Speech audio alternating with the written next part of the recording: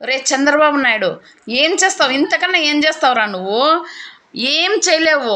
అవ్వాతాతలకు ఇంటి దగ్గరికి వస్తున్న పింఛన్లకు చూడలేక ఓరవలేక ఆపేస్తవి నువ్వు.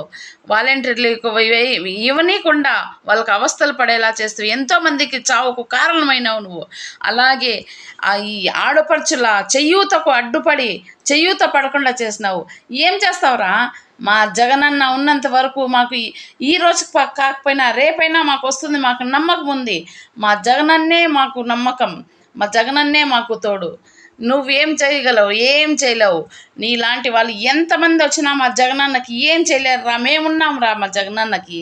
మా జగనన్నకు ఓటేసి నీ ఎంతమంది మీరు కూడి వచ్చినా కూడా మా జగనన్నకు మీరేం చేయలేరు. మా ఆడపడుచుల అండ ఉంది మా జగనన్నకి.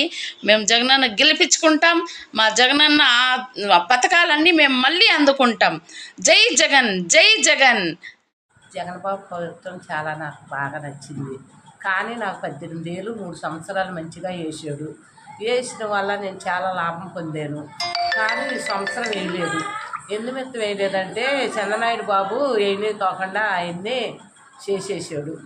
కాగితాల కాడ పిటిషన్లు పెట్టేసేసి ఇస్తాకి ఇల్లేదు అని అందరికీ పిటిషన్లు పెట్టేశాడు. అందువల్ల మాకు ఈ 18 ఏళ్ళు ఆగిపోయినాయి. జగన్ బాబు వల్ల మాకు ఏ ప్రాబ్లం లేదు.